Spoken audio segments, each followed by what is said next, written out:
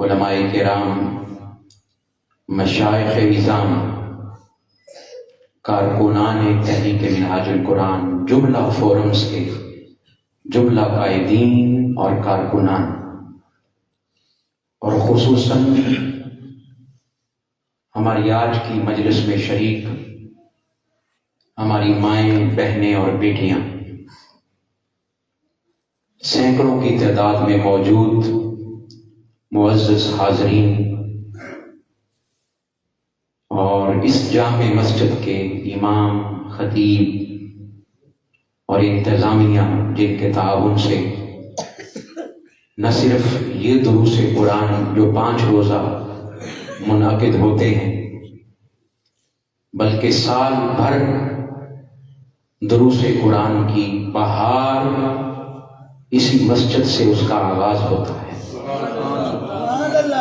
بحمد اللہ تعالی، بحمد اللہ تعالی۔ میں جملہ احباب کا شکریہ ادا کرتا ہوں، اور خصوصاً ہمارے آج کے اس پروگرام کی مینجمنٹ، جنہوں نے رمضان المبارک کی ان مبارک ساعتوں میں قرآن فہمی کا یہ سلسلہ شروع کیا ہے۔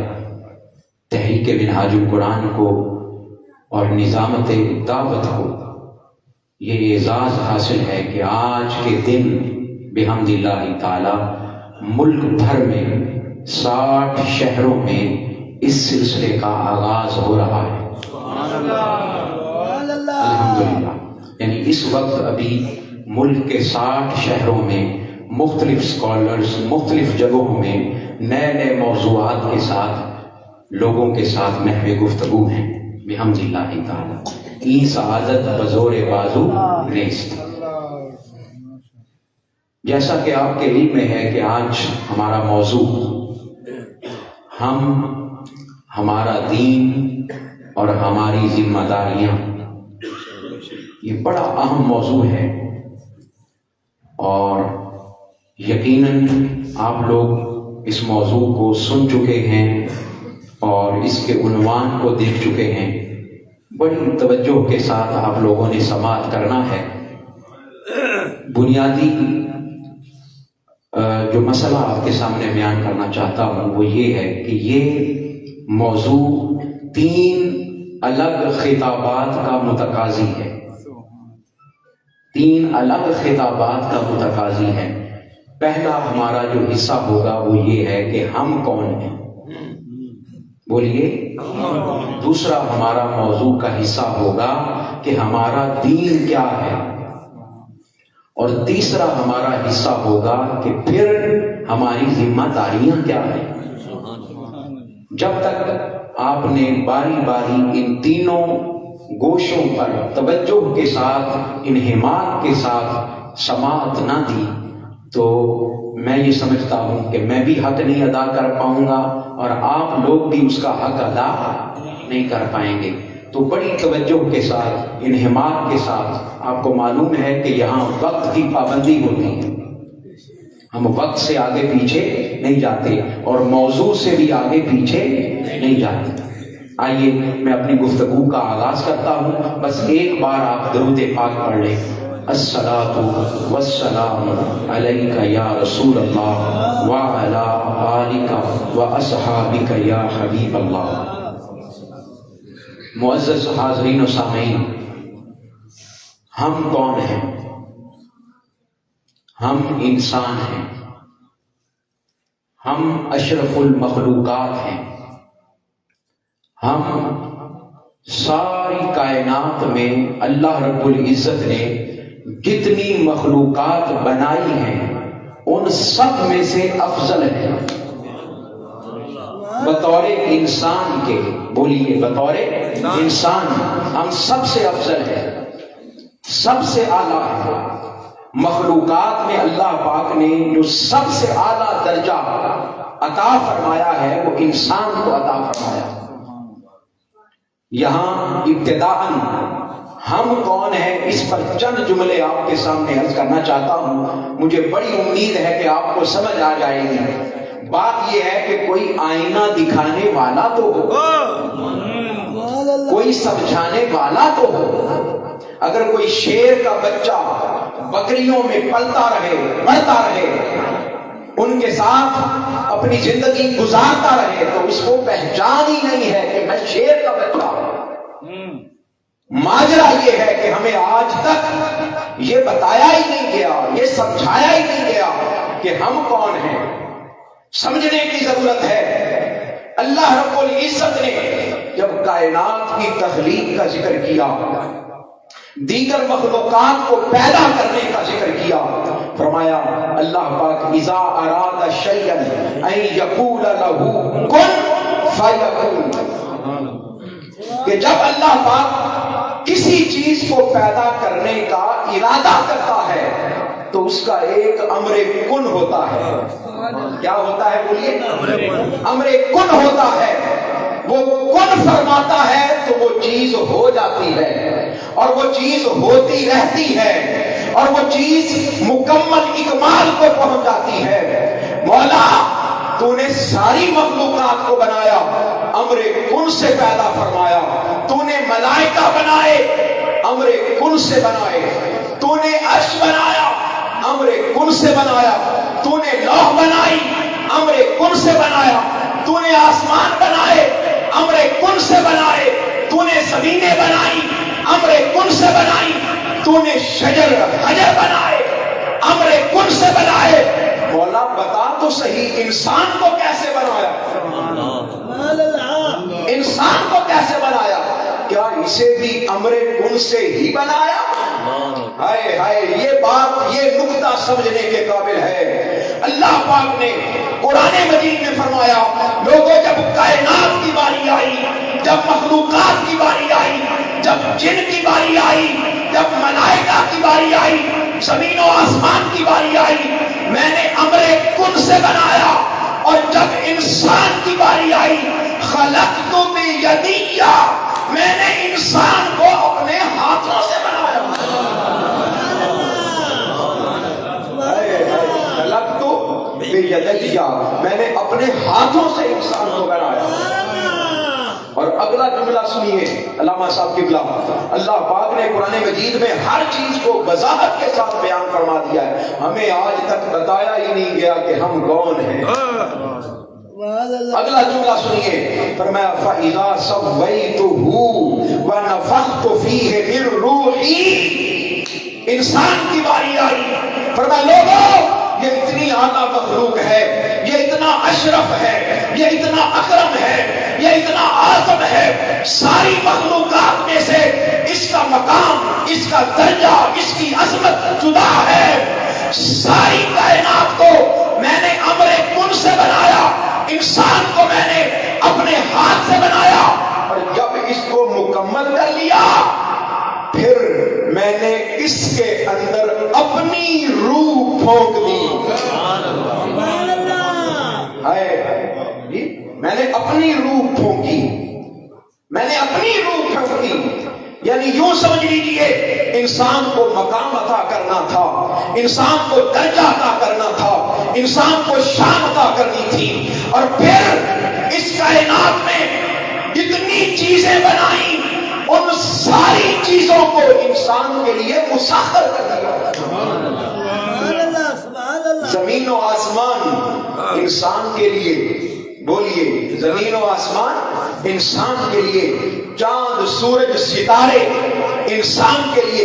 کہیں فرمایا سخر لکم، سخر لکم، سخر لکم، تمہارے لیے مسخر کر دیا، الشمس والقمر، سورج کو بھی مسخر کر دیا۔ اگر مسخر کرنے کی سمجھ نہ آئے تو انسان کی خدمت میں لگا دیا، انسان کی خدمت میں لگا دیا۔ سخر لکم اللیل والنہار، دن اور رات کو بھی تمہارے لیے مسخر کر دیا، زمین و آسمان کو بھی تمہارے لیے مسخر کر دیا، کائنات کو بھی تمہارے لیے مسخر کر دیا، یہاں تک کہ ملائکہ بھی انسان کی خدمت کے لیے ہے۔ ہم نے تو سن رکھا ہے نا کہ صرف فرشتے ہیں جن کو کرامن کاتبین کہتے ہیں، کچھ دائیں ہیں کچھ بائیں ہیں، وہ ہمارے اعمال لکھتے ہیں۔ نہیں، میں آقا علیہ الصلوۃ والسلام کی وہ حدیث مبارکہ پیش کرنا چاہتا ہوں۔ میرے آقا نے فرمایا لوگوں سنو، اللہ پاک نے ہر انسان پر 10 ملائکہ صبح کے وقت اور 10 ملائکہ شام کے وقت انسان کی خدمت پر مامور کر رکھے ہیں. فرمایا 2 ملائکہ انسان کی آنکھوں پر، 2 ملائکہ انسان کے نتنوں پر، 2 ملائکہ انسان کے سر پر، 2 ملائکہ انسان کے منہ پر، ہر وقت مامور ہیں. جب انسان سو جاتا ہے تو وہ انسان کے منہ پر پہرا دیتے ہیں کہ کوئی جانور، کوئی انسیکٹ اس کے منہ میں داخل نہ ہو جائے. اے انسان تیری عظمت پر قربان. فرمایا ایک فرشتہ اوپر والے ہونٹ پر، ایک فرشتہ نیچے والے ہونٹ پر. صحابہ نے عرض کیا یا رسول اللہ وجہ کیا ہے، راز کیا ہے، ماجرا کیا ہے؟ میرے آقا نے فرمایا باقی فرشتے حفاظت پر مامور ہیں، یہ ہونٹوں والے فرشتے میری بارگاہ میں درود و سلام پہنچانے پر مامور ہیں. جب کوئی درود و سلام پڑھتا ہے تو یہ ملائکہ وہ درود و سلام میری بارگاہ میں پہنچاتے ہیں. ارے ساری کائنات انسان کے لیے مسخر، انسان وہ ہے، بلکہ مجھے کہنے دیجئے ہم وہ ہیں. کیا بولیے؟ ہم میری بات کی سمجھ آ رہی ہے؟ ہم وہ ہیں جس کو مولا نے اپنے ہاتھ سے بنایا. ہم وہ ہیں جنہیں مسجود ملائکہ بنایا. ہم وہ ہیں جن کے بارے میں اللہ پاک نے فرمایا وَلَقَدْ كَرَّمْنَا بَنِي آدَمَ، ہم نے بنی آدم کو بڑی عزتیں عطا فرمائی ہیں. ہم وہ ہیں، ہماری عظمت وہ ہے، ہماری شان وہ ہے کہ اللہ پاک نے ہمیں اپنا بندہ بنایا. کیا بولیے؟ اپنا بندہ بنایا، ہمیں اپنی عبادت کا شرف عطا فرمایا. ہم وہ ہیں جنہیں مسجود ملائکہ بنایا. لیکن اس سے بھی بڑی بات آپ کے سامنے عرض کرنا چاہتا ہوں کہ ہمیں انسان بنا کر مسلمان بنایا. بولیے انسان بنا کر کیا بنایا؟ مسلمان بنایا. اور پھر مسلمان بنا کر ہمیں مومن بنایا، ایمان والا بنایا.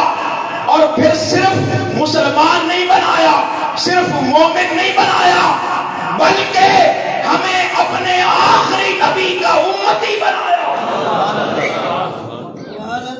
اپنے آخری نبی کا کیا بنایا؟ امتی بنایا. سبحان اللہ، اپنے آخری نبی کا امتی بنایا. اب یہاں ذہنوں میں سوال پیدا ہوتا ہے کہ کیا یہ امتی جو ہم حضور کے بنے ہیں یہ حادثتاً بنے ہیں یا اچانک اللہ رب العزت کی بارگاہ میں ہماری کوئی منظوری ہو گئی؟ نہیں. میں ایک حدیث پاک پیش کرنا چاہتا ہوں. علامہ عبدالحفیظ صاحب عجیب حدیث پاک. جب سے میں نے یہ حدیث پاک پڑھی ہے میں ایک عجیب نشے میں ہوں. آپ بھی سنیے گا. آقا علیہ الصلوۃ والسلام نے فرمایا، سنیے گا بڑی توجہ کے ساتھ. آج کے اس درس قرآن کا تحفہ لے کر جائیے اپنے ساتھ. میرے آقا علیہ الصلوۃ والسلام نے فرمایا اے میرے صحابہ کرام، میں محمد مصطفیٰ اعلان کر رہا ہوں انتم حظی من الامم وانا حظکم من الانبیاء. جب اللہ پاک امتیں تقسیم کر رہا تھا اور امتوں کو نبی عطا ہو رہے تھے تو فرمایا سنیے، میرے آقا نے فرمایا امتوں میں سے تم میرے حصے میں آئے. ہائے ہائے ہائے، امتوں میں سے تم میرے حصے میں آئے اور نبیوں میں سے میں تمہارے حصے میں آیا. امتوں میں سے. اور جب میں ڈکشنری دیکھی میں نے اس کا میں نے ترجمہ دیکھا تو میں کھلا کا کھلا رہ گیا، حیران کا حیران رہ گیا. حظ کا عربی زبان میں جو ترجمہ اردو میں کرتے ہیں ہم یا انگلش زبان میں ترجمہ کرتے ہیں تو حظ کا انگلش میں ترجمہ کریں تو اس کا معنی بنتا ہے لک، LUC کے لک، یعنی میں تمہارا نصیب ہوں تم میرا نصیب ہو. ہائے ہائے، جب امتیں تقسیم ہو رہی تھی، اے اہل پاکستان، اے اہل ایمان، اے اپنے آپ کو مسلمان کہنے والے، اپنے آپ کو مومن کہنے والے، اپنے آپ کو کلمہ گو کہنے والے، اپنے آپ کو انسان کہنے والے، ساری چیزیں قابل فخر ہیں، لیکن ہمارے لیے کیا یہ فخر کم ہے کہ ہم مصطفیٰ کے نصیبوں میں ہیں اور مصطفیٰ ہمارے نصیبوں میں ہیں؟ جس کے نصیبوں میں مصطفیٰ ہو اس کے نصیب برے نہیں ہو سکتے۔ ماجرا صرف یہ ہے کہ ہم آج تک اپنے آپ کو پہچان نہیں سکے، ہم اپنے آپ کو آج تک بولیے پہچان نہیں سکے۔ اللہ پاک نے جب ہمیں حضور صلی اللہ علیہ وآلہ وسلم کی امت میں پیدا فرمایا، اس سے بڑا کوئی اور نصیب ہو نہیں سکتا، اس سے بڑا کوئی اور مقدر ہو نہیں سکتا۔ پھر اس سے بڑھ کر اگلی بات عرض کرتا ہوں، ہمیں مسلمان بنایا، ہمیں مومن بنایا، ہمیں مصطفیٰ کا امتی بنایا، اور پھر بڑی نعمتیں عطا فرمائیں، بڑی نعمتیں عطا فرمائیں، بڑے کرم عطا فرمائے، وہ میرا موضوع نہیں ہے، بڑے کرم عطا فرمائے، بڑی شانیں عطا فرمائیں، ہمیں اولاد کی نعمت عطا فرمائی، ہمیں مال کی نعمت عطا فرمائی، ہمیں عزت کی نعمت عطا فرمائی، ہم پر کرم فرمائے، ہمیں جنتیں عطا فرمائیں، لیکن اس سے بڑھ کر اللہ پاک نے ہمیں اپنا دین بھی عطا فرمایا۔ کیا بولیے؟ ہمیں اپنا دین۔ یہاں پر ایک بڑی ضروری بات آپ کے سامنے عرض کرنا چاہتا ہوں کہ ہمیں اللہ پاک نے دین عطا فرمایا ہے، مذہب عطا نہیں فرمایا۔ یہ کنفیوژن ہے، اس کنفیوژن کو دور کر لیں۔ دین میں اور مذہب میں فرق ہوتا ہے۔ ہم سے جب کوئی پوچھتا ہے کہ آپ کا مذہب کیا ہے تو ہم کہتے ہیں ہمارا مذہب اسلام ہے۔ نہیں، آج کے بعد اس جملے کو درست کر لیں، ہم مذہب والے نہیں ہیں، ہم دین والے ہیں۔ اللہ پاک نے قرآن مجید میں فرمایا، قرآن مجید میں فرمایا، بار بار فرمایا، ان الدین عند اللہ الاسلام۔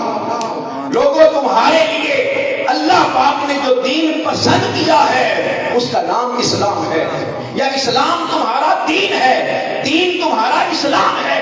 پھر فرمایا الیوم اکملت لکم دینکم واتممت علیکم نعمتی ورضیت لکم الاسلام دینا۔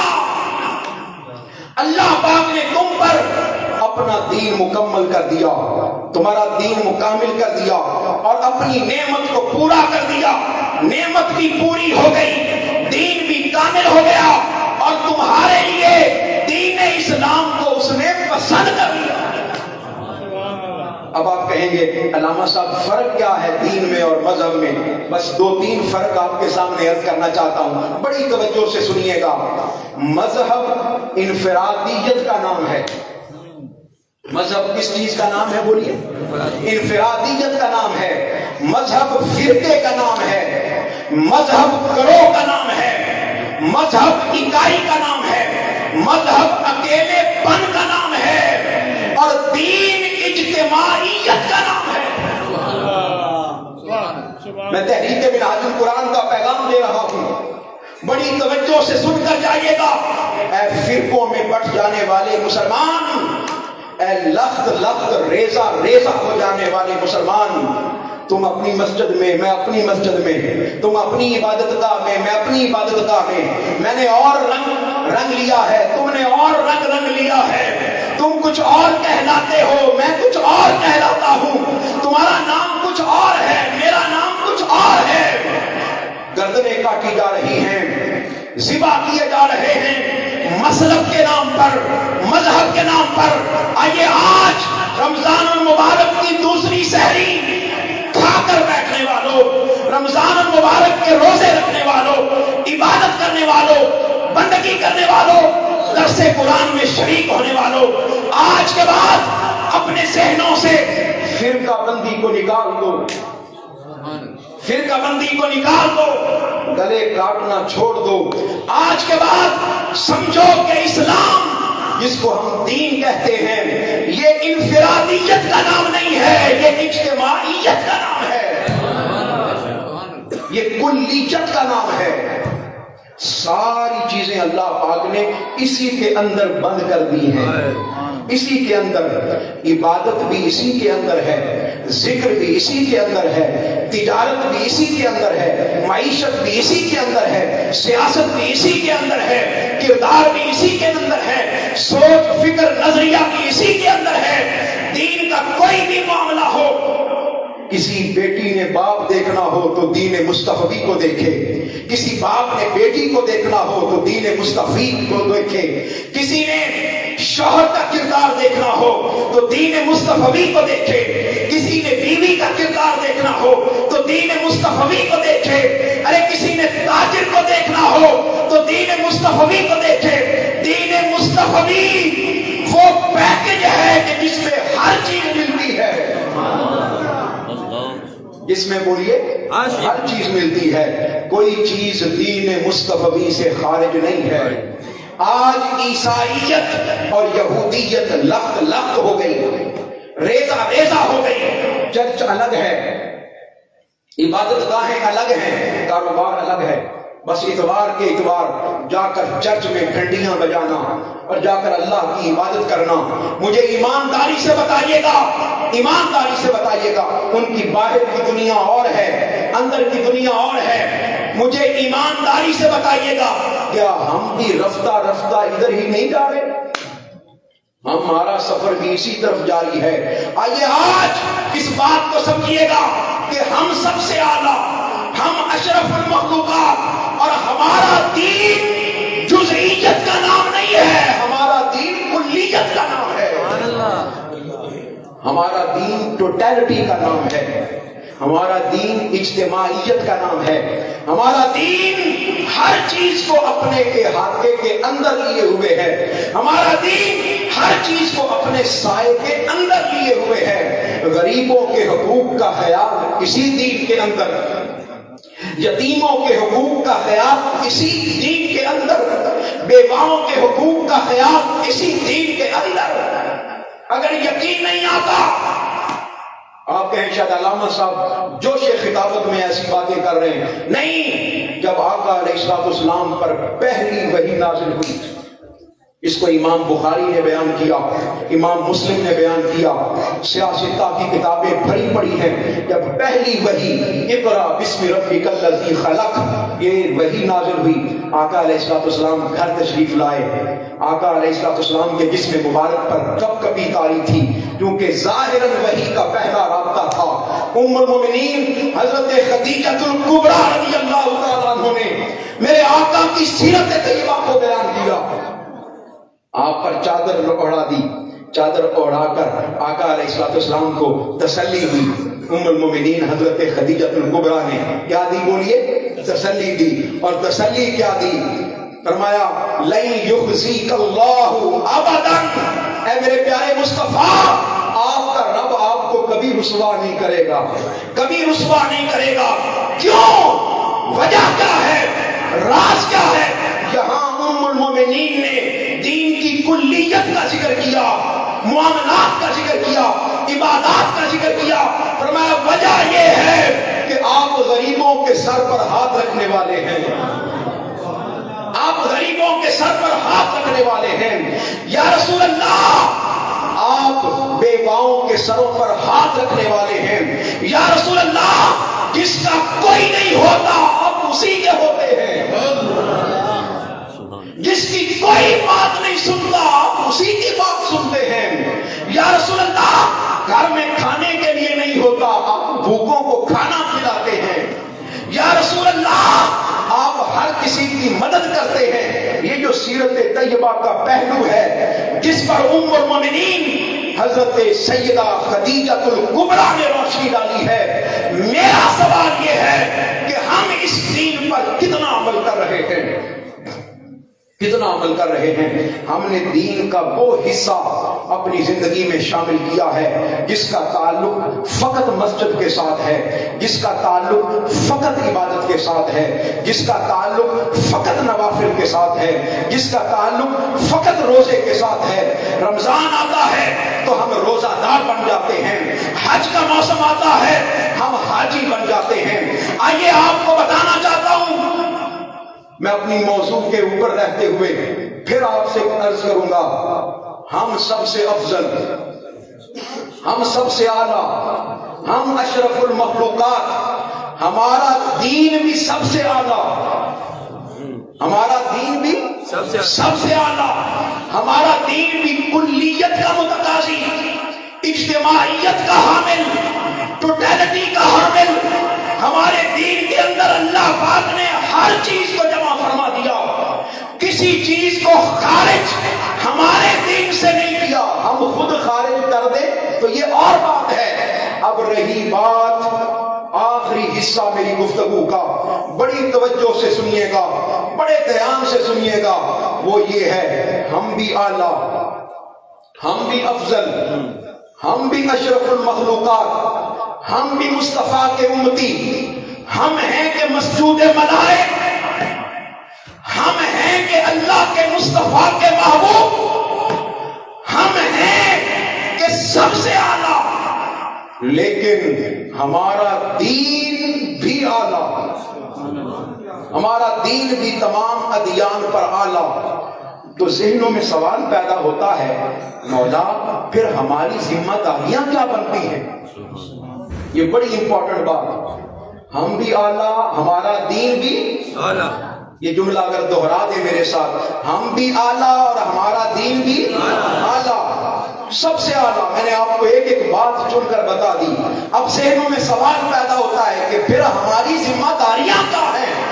کیا ہماری فقط یہ ذمہ داری ہے، یہ ذمہ داری ہے کہ بس جب رمضان آئے تو روزے رکھ لیں، جب حج کا موسم آئے تو حج کر لیں، 5 وقت کی نماز ادا کر لیں، وہ بھی اللہ ماشاءاللہ، اللہ پاک اگر توفیق دے تو جب کبھی مال آئے تو تھوڑا بہت صدقہ و خیرات کر لیں، زکوٰۃ دے دیں۔ کیا یہی دین ہے؟ کیا یہی ہماری ذمہ داری ہے؟ تو آئیے یہی بتانا چاہتا ہوں، یہی سمجھانا چاہتا ہوں، یہی عرض کرنا چاہتا ہوں۔ سب سے پہلی ذمہ داری جو ہم پر عائد ہوتی ہے، علماء پر عائد ہوتی ہے، فقہاء پر عائد ہوتی ہے، دین کا نام لینے والوں پر عائد ہوتی ہے۔ پہلی ذمہ داری یہ ہے کہ اس دین کو سمجھا جائے اور دین کو سمجھایا جائے۔ اسے میں نے نام دیا ہے تفہیم دین کا۔ کس کا بولیے؟ تفہیم دین۔ یہ ذمہ داریاں نوٹ کرتے جائیں، اپنے دل کی تختی پر لکھتے جائیں۔ تفہیم دین، بھئی دین آ گیا، یہ قرآن مجید میرے سامنے ہے، یہ کتابیں میں یہاں ڈھیر لگا دوں، لیکن اگر میں ان کو سمجھنے کے لیے تگ و دو نہیں کرتا، ان کو پڑھنے کے لیے تگ و دو نہیں کرتا، روزانہ کی بنیاد پر میں اپنی زندگی میں قرآن کو شامل نہیں کرتا، اور صرف شامل کرنا، تلاوت کرنا نہیں ہے، اس کا ترجمہ پڑھنا، اس کی تشریح پڑھنا، اس کی وضاحت پڑھنا، اس کی تفسیر پڑھنا، جب تک میں اپنی زندگی میں اس کو شامل نہیں کرتا، خدا کی عزت کی قسم میں اپنی ذمہ داری سے عہدہ برآمد نہیں ہو سکتا۔ آقا علیہ السلام نے فرمایا، حدیث پاک ہے، من یرید اللہ بہ خیرا یفقہہ فی الدین۔ لوگوں سنو، اللہ پاک جس شخص کے ساتھ بھلائی کا ارادہ کر لیتا ہے، جس شخص کے ساتھ بھلائی کا ارادہ، پھر بولیے، جس شخص کے ساتھ بھلائی کا ارادہ کر لیتا ہے، یفقہہ فی الدین، اللہ پاک اس بندے کو دین میں سمجھ بوجھ عطا کر دیتا ہے۔ ہم میں سے کتنے لوگ ہیں علماء کو چھوڑ کر، صوفیاء کو چھوڑ کر، پیران نظام کو چھوڑ کر، کتنے لوگ ہیں جو کانسٹنٹلی مستقل مزاجی سے قرآن مجید کی تلاوت کرتے ہیں۔ رمضان میں تو کرتے ہیں، رمضان کے علاوہ کس کا معمول ہے؟ آپ کہیں جی 20%، 30%۔ میرا سوال ہے کہ باقی 70% کہاں جائیں گے؟ پھر میرا سوال ہے کہ کتنے لوگ ایسے ہیں جو خالی پڑھتے نہیں، ساتھ ترجمہ بھی پڑھتے ہیں؟ ریشو اور کم ہو جائے گی۔ پھر کتنے لوگ ایسے ہیں جو اس کو سمجھ بوجھ کے پڑھتے ہیں، اس پر غور و فکر کرتے ہیں؟ قرآن مجید تو بار بار کہہ رہا ہے، افلا یتفکرون، افلا یتدبرون، کیا قرآن مجید میں یہ غور نہیں کرتے، قرآن مجید میں فکر نہیں کرتے، قرآن مجید میں گم نہیں ہوتے، آیات کی تلاوت نہیں کرتے؟ میرا سوال یہ ہے کہ یہ ذمہ داری کس نے ادا کرنی ہے؟ کس نے ادا کرنی ہے؟ یہ پہلی ذمہ داری ہے، یہ ذمہ داری بھی ہم نے ادا کرنی ہے۔ اور آج یہاں اس مسجد میں، اس ادارے میں، اس درس قرآن کی مجلس میں میں آپ کو یہ چیلنج دے کر جا رہا ہوں، اپنے ارد گرد نظر دوڑائیے۔ بڑی تحریکیں کام کر رہی ہیں، بڑے ادارے کام کر رہے ہیں، قرآن مجید پر کام کر رہے ہیں، مصطفیٰ کی حدیث پر کام کر رہے ہیں، لیکن بحمد اللہ تعالی میں آج یہاں دعویٰ کر کے جا رہا ہوں، نظر دوڑائیے، آپ کو انشاءاللہ العزیز اس کام میں سب سے آگے تحریک منہاج القرآن نظر آئے گی۔ تحریک منہاج القرآن، بھائی یہ وقت تو سونے کا وقت ہے، سحری کھانے کے بعد نیند آتی ہے، نیند غالب ہو جاتی ہے، لیکن میری آنکھیں ٹھنڈی ہو رہی ہیں، اتنی بڑی تعداد میں آپ لوگ موجود، میری مائیں بہنیں بیٹیاں موجود، بحمد اللہ تعالی آج کے اس دور میں تحریک منہاج القرآن نے قرآن مجید کی تعلیمات کا احیاء کیا ہے۔ تفہیم دین بہت ضروری ہے، اس کے بعد اس کے بغیر ہم آگے قدم نہیں اٹھا سکتے، کیونکہ ہمارا مبلغ یہی ہے، ہمارا مقصد یہی ہے۔ اس کے بعد پھر اگلا مقصد اور اگلی ذمہ داری تفہیم دین کے بعد تعمیل دین، دین پر عمل کرنا۔ کیا بولیے؟ دین پر عمل کرنا۔ قرآن مجید نے بار بار فرمایا ہے، آمنوا وعملوا الصالحات، آمنوا وعملوا الصالحات، آمنوا وعملوا الصالحات۔ وہ لوگ جو ایمان لاتے ہیں، ساتھ عمل صالح کرتے ہیں، نیک اعمال کرتے ہیں۔ ہمارے ہاں محفلیں تو کی جاتی ہیں، ہمارے ہاں عقیدے تو بیان کیے جاتے ہیں، ہمارے ہاں نعرے تو لگائے جاتے ہیں، ہمارے ہاں لوگوں کو دین کی تبلیغ تو کی جاتی ہے، پیغام تو دیا جاتا ہے، لیکن عملی طور پر دین کی طرف راغب نہیں کیا جاتا۔ میں دونوں چیزوں کو ساتھ لے کر چلنا چاہتا ہوں، عقیدہ بھی بیان ہو، عمل بھی بیان ہو، نظریہ بھی بیان ہو، عمل بھی بیان ہو، اور پھر عملی طور پر اس کی ترویج کی جائے، اس تعمیل پر راغب کیا جائے۔ میں بتانا چاہتا ہوں لوگوں، تحریک منہاج القرآن وہ واحد تحریک ہے جس کے دامن میں آپ کو عقیدہ بھی ملے گا اور عمل بھی ملے گا۔ ارے جس کے دامن میں آپ کو عقیدہ توحید بھی ملے گا، عقیدہ رسالت بھی ملے گا، عقیدہ آخرت بھی ملے گا، عقیدہ ملائکہ بھی ملے گا، عقیدہ قرآن بھی ملے گا، اور ان سب پر عمل کی عملی تفسیر بھی ملے گی۔ منہاج القرآن صرف درود پڑھنے کا حکم نہیں دیتا، منہاج القرآن گوشہ درود بنا کر درود پاک پڑھنے کی عملی تفسیر بھی بیان کرتا ہے۔ منہاج القرآن خالی باتیں نہیں کرتا، منہاج القرآن خالی تھیوری پیش نہیں کرتا، نظریہ پیش نہیں کرتا۔ یہ میں اپنے دل کا درد آپ کے سامنے بیان کر رہا ہوں، اس کو سمجھیے گا، اس کو جانیے گا، یہ پیغام اپنے گھروں تک لے جائیے گا، اپنی نسلوں تک پہنچائیے گا۔ منہاج القرآن فقط نظریہ پیش نہیں کرتا، منہاج القرآن اس کی عملی تفسیر بھی پیش کرتا ہے۔ حضور شیخ الاسلام نے منہاج القرآن کے کارکنوں پر جو فرض نماز ہے وہ وہاں سے فرض تو ہے ہی، لیکن اس کو منہاج القرآن کی رفاقت سے مشروط کر دیا ہے۔ جو منہاج القرآن کا رفیق ہے وہ نمازی ہے، جو رفیق بنتا ہے لیکن نماز نہیں پڑھتا اس کو رفیق کہلانے کا کوئی حق حاصل نہیں ہے۔ یہ عملی طور پر منہاج القرآن ہے، اور منہاج القرآن والے خالی رمضان کے روزے نہیں رکھتے، منہاج القرآن والے ایام 20 کے بھی روزے رکھتے ہیں۔ منہاج القرآن والے خالی مریض کی عیادت کا حکم پڑھ کر نہیں سناتے، ہمارے دستور العمل میں، منہاج العمل میں باقاعدہ ہر رفیق پر لازم ہے کہ وہ کسی نہ کسی مریض کی عیادت کرے۔ میں آپ کو صحیح منہاج القرآن پیش کر رہا ہوں، آپ کے سامنے پیش کر رہا ہوں۔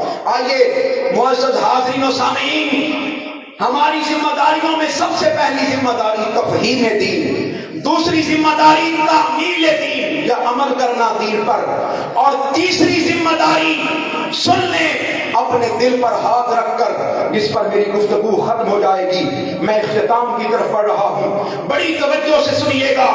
آخری ذمہ داری، دین کو سمجھنا ہی کافی نہیں ہے، دین پر عمل کرنا ہی کافی نہیں ہے، بلکہ اگلی ذمہ داری ترویج دین، ترویج دین، دین کو اور لوگوں تک پہنچانا۔ کیا بولیے؟ دین کو اور لوگوں تک اس کی اشاعت کرنا، اس کے لیے کوشش کرنا، اس کے لیے تگ و دو کرنا، اس کے لیے محنت کرنا، اپنے گھر سے نکلنا، اپنے وقت کو مخصوص نہ رکھنا، اپنے وقت کو لگانا، اپنے وقت کو خرچ کرنا، وقت خرچ کرنا، مال خرچ کرنا، اپنی اولاد کے ذریعے دین کی ترویج کا کام کرنا۔ ارے آج کے دور میں اگر چاہتے ہو کہ تم صحیح طور پر دین پر عامل بن جاؤ، اور دیکھو حضور سیدی شیخ الاسلام ڈاکٹر محمد طاہر القادری، بھائی آپ لوگوں کو صرف یہی نظر آتا ہے کہ وہ ایک وقت تھا جب ڈاکٹر طاہر القادری نے دھرنا دیا تھا، نہیں، پھر اس کے بعد کیا کر رہے ہیں بتانا چاہتا ہوں، عرض کرنا چاہتا ہوں۔ دھرنا دینے سے پہلے بھی اور دھرنا دینے کے بعد بھی ڈاکٹر طاہر القادری سویا نہیں ہے، ڈاکٹر طاہر القادری بیٹھا نہیں ہے، ارے مسلسل کتابوں کی تصنیف کا عمل جاری ہے۔ کبھی انسائکلوپیڈیا آف قرآن منظر عام پر آتا ہے، کبھی انسائکلوپیڈیا آف حدیث منظر عام پر آتا ہے، ارے کبھی ان کے شہزادے، ان کے بیٹے صاحبزادگان میدان عمل میں نظر آتے ہیں، کوئی آئین مدینہ پر، دستور مدینہ پر کتاب لکھ رہا ہے، کوئی معیشت پر کتاب لکھ رہا ہے۔ ارے ان کا پوتا شیخ حماد مصطفیٰ اس وقت پورے عالم یورپ میں دین کی تبلیغ اور ترویج کا کام کر رہا ہے۔ تیسری نسل بھی دین کے کام میں لگ گئی ہے۔ آپ کا تعلق تحریک منہاج القرآن سے نہیں ہے، کوئی بات نہیں، یہ باتیں سن کر جائیں، آپ تک پہنچانا چاہتا ہوں۔ تفہیم کافی نہیں ہے، تعمیل کافی نہیں ہے، ترویج کافی نہیں ہے۔ اب آخری نقطہ، آخری پوائنٹ، ہماری ذمہ داریوں میں سے سب سے اعلیٰ ذمہ داری وہ سن لیں اور سمجھ کر جائیں، وہ ہے اقامت دین۔ کیا بولیے؟ اقامت دین۔ اقامت کیا ہے؟ دو لفظوں میں سمجھانا چاہتا ہوں تاکہ آپ سمجھ جائیں۔ آپ نے اپنا لباس پاک کر لیا، بڑی توجہ سے سنیے گا، بیان میری طرف۔ آپ نے لباس پاک کر لیا، آپ نے جگہ پاک کر لی، آپ نے وضو کر لیا، وضو کر لیا، آپ قبلہ رخ بھی ہو گئے، لیکن آپ نماز نہیں پڑھتے، بیٹھے رہتے ہیں وہیں پر۔ میرا سوال ہے، اس وضو کرنے کا کوئی فائدہ ہے؟ بولیے نا۔ لباس پاک کرنے کا کوئی فائدہ ہے؟ بولیے نہیں ہے۔ بھائی اس پاک صاف ستھرا ہونے کا کوئی فائدہ نہیں ہے، قبلہ رخ ہونے کا کوئی فائدہ نہیں ہے۔ بس اگر یہ بات سمجھ میں آ گئی ہے تو اب سے نشین کر لیجئے اس بات کو۔ اللہ پاک نے قرآن مجید میں بار بار اس بات کو بڑی وضاحت کے ساتھ بیان فرمایا ہے۔ هو الذی ارسل رسولہ بالہدی ودین الحق لیظہرہ علی الدین کلہ۔ لوگوں، خالی نمازیں پڑھ لینا یہ کافی نہیں ہے، خالی عبادت کر لینا یہ کافی نہیں ہے، خالی دین کو سمجھ لینا یہ کافی نہیں ہے، خالی دین کی تبلیغ کر لینا کافی نہیں ہے، دین کی ترویج کر لینا کافی نہیں ہے، جب تک دین کی اقامت نہیں ہوتی، جب تک دین برسر اقتدار نہیں آتا، جب تک دین اپنے آپ کو تمام ادیان پر غالب نہیں کرتا، اس وقت تک ہمارا فریضہ ادا نہیں ہو سکتا، اس وقت تک ہمارا فریضہ ادا۔ یہ قرآن مجید میرے سامنے ہے، میں نے قرآن مجید کی سورہ توبہ اس کی آیت نمبر 19، 20 اور 21 گھر جا کے پڑھیے گا۔ ہمارے ہاں صرف وہی دین پیش کیا جاتا ہے جو معمول بہ ہی ہے، کیا بولیے؟ جو معمول، جس پر عمل کیا جاتا ہے، نماز، روزہ، حج، زکوٰۃ۔ سنیے گا، اللہ پاک نے قرآن مجید میں فرمایا اجعلتم سقایۃ الحاج و عمارت المسجد الحرام کمن آمن باللہ والیوم الآخر و جہاد فی سبیل اللہ۔ لوگوں، اب اللہ پاک موازنہ پیش کر رہا ہے۔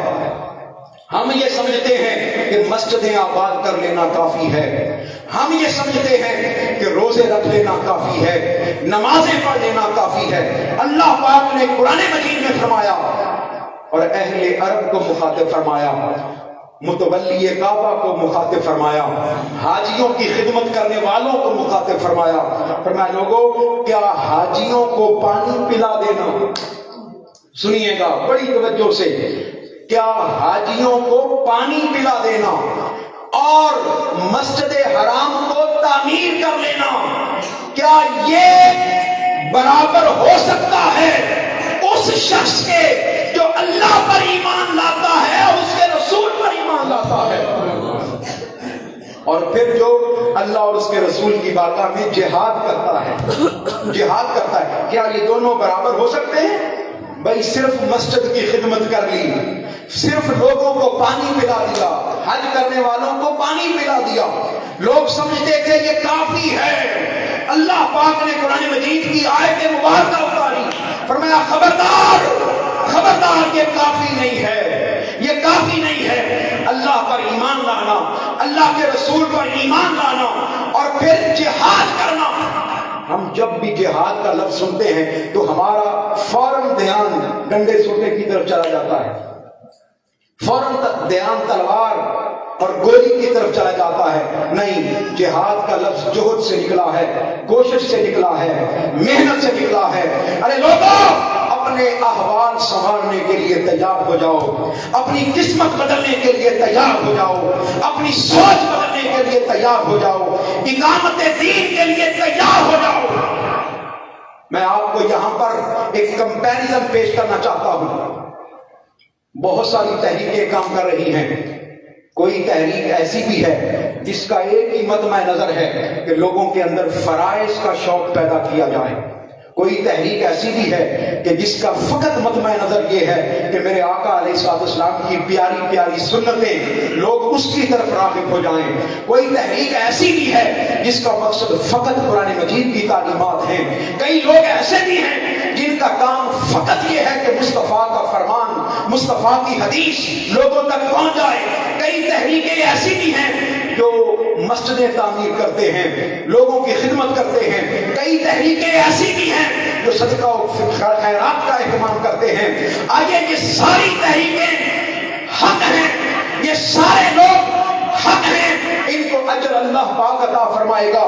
میرا سوال یہ ہے، میرا کوشچن یہ ہے، کتنی تحریکیں ایسی ہیں جنہوں نے اپنے پروگرام کے اندر، اپنے مقاصد کے اندر اقامت دین کا مقصد رکھا ہوا ہے؟ میرا سوال ہے، اللہ وجہ بصیرت بتا رہا ہوں، اللہ وجہ بصیرت بتا رہا ہوں، خدا کی عزت کی قسم اٹھا کے بتا رہا ہوں، اللہ کے گھر میں مسجد میں بیٹھ کر بتا رہا ہوں، تحریک منہاج القرآن، یا اللہ پاک نے جس کو توفیق دی ہے، یہ واحد تحریک ہے جس نے تفہیم دین کا نعرہ بھی لگایا، جس نے تحمیل دین کا نعرہ بھی لگایا، جس نے ترویج دین کا نعرہ بھی لگایا، اور ساتھ جس نے اقامت دین کا نعرہ بھی لگایا۔ لوگوں، وضو کر لینا کافی نہیں ہے، پاک صاف ہو جانا کافی نہیں ہے، قبلہ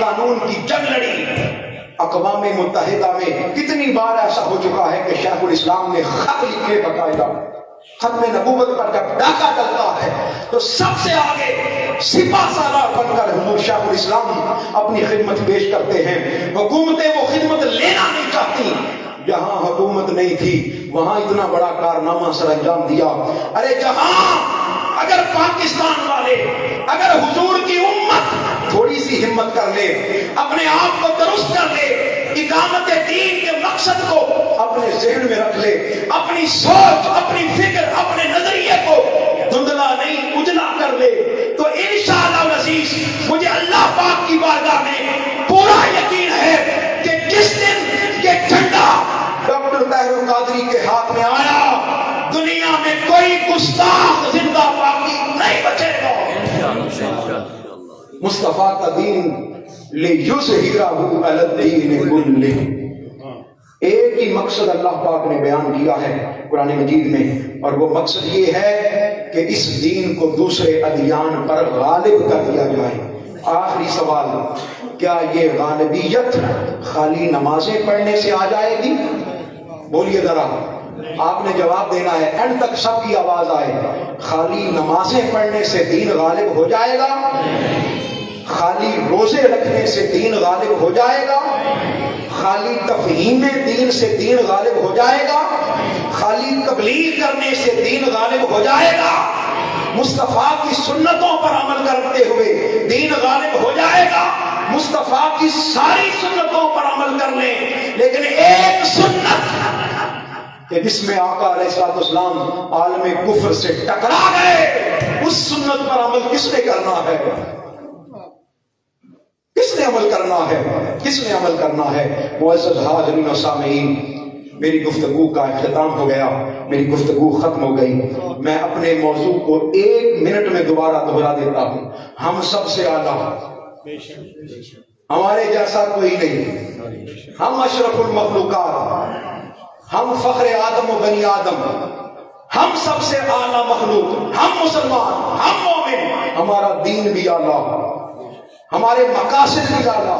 تفہیم دین ہمارا مقصد، تزکیہ ہمارا مقصد، تصوف ہمارا مقصد، تعمیر ہمارا مقصد، اور ترویج ہمارا مقصد. لیکن اگر آخری مقصد اقامت دین کا پورا نہ ہوا تو میرا سوال ہے، پاک ہو بھی جائے، نماز نہ پڑھے تو کوئی مقصد پورا نہیں ہوتا.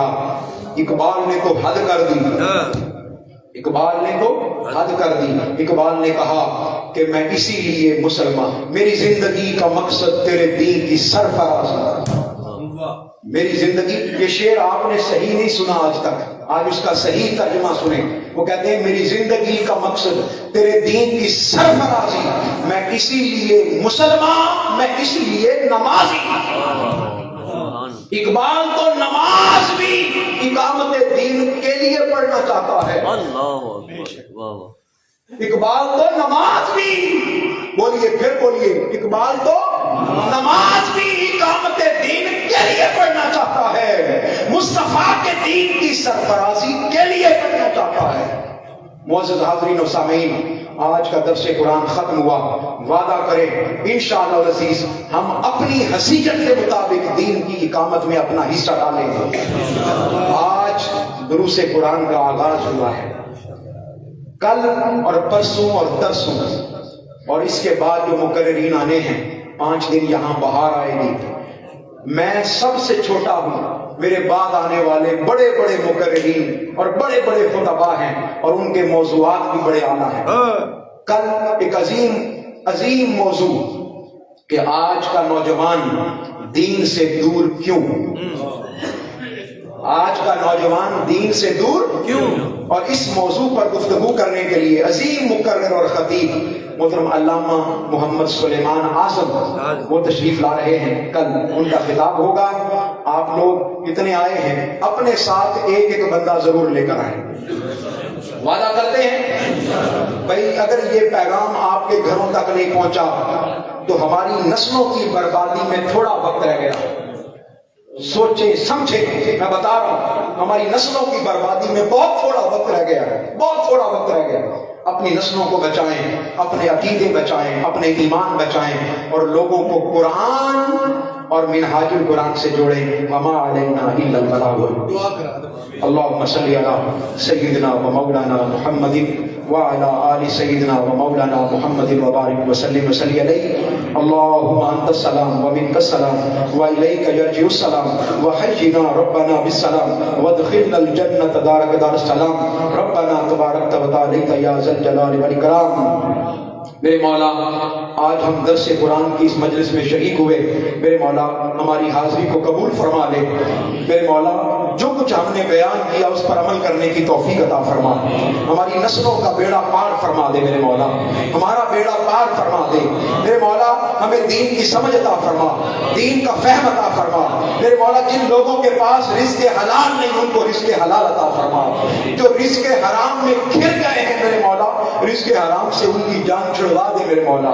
میرے مولا اپنے پیارے محبوب کا واسطہ دین پر عمل کرنے کی توفیق عطا فرما، دین کا فہم حاصل کرنے کی توفیق عطا فرما، دین کی فکر کرنے کی توفیق عطا فرما. ہماری نسلوں کی خیر فرما دے، ہمارے سینوں میں عشق مصطفیٰ عطا فرما دے، محبت مصطفیٰ عطا فرما دے، محبت اہل بیت عطا فرما دے، محبت قرآن عطا فرما دے، محبت صحابہ عطا فرما دے. ہماری مسجدوں کو آباد فرما دے، ہماری مسجدوں کو آباد فرما دے. اپنے اس گھر کو آباد فرما، اور جو تیرے گھر کو آباد کرتے ہیں میرے مولا ان کے گھروں کو بھی آباد فرما. میرے مولا اس مسجد کی انتظامیہ، اس مسجد کے امام، اس مسجد کے خطیب سب کے حال پر کرم فرما دے، سب کے حال پر کرم فرما دے. تحریک منہاج القرآن کو کامیابی عطا فرما. تحریک منہاج القرآن کے جملہ فورمز کے جملہ قائدین کارکنان سب کے حال پر رحم اور کرم فرما. صلی اللہ تبارک و تعالی خیر خلقہ محمد. لا الہ الا اللہ.